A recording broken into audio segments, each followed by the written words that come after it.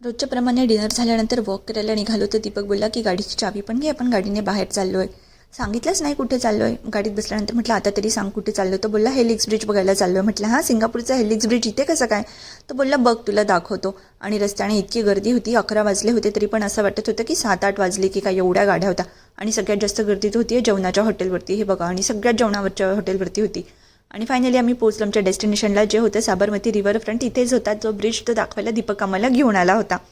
आणि तो ब्रिज आहे हा अटल ब्रिज, की जो सेम सिंगापूरच्या हेलिक्स ब्रिजची रेप्लिका आहे. इथं वातावरण इतकं मस्त होतं, साबरमतीचं असं विशाल पात्र, हे क्रूज, लायटिंग, अटल ब्रिज. एका क्षणासाठी तर खरंच वाटलं की आपण सिंगापूरला मरीना बेला आलो आहे की काय. खूपच मस्त वातावरण होतं. आणि रिव्हरफ्रंटला वॉक करायला पण छान जागा होती. बरेच लोक इथं वॉक करत होती, कोणी सायकलिंग करत होतं. आणि असं मस्तकार थंडगार वातावरण होतं. आणि हां, पुढे गेल्यानंतर बघितलं तर इथे ना खेळायला पण बरीच जागा होती, जिथे लोक असे छान क्रिकेट, बास्केटबॉल, बॅडमिंटन असं काही काही खेळत होते.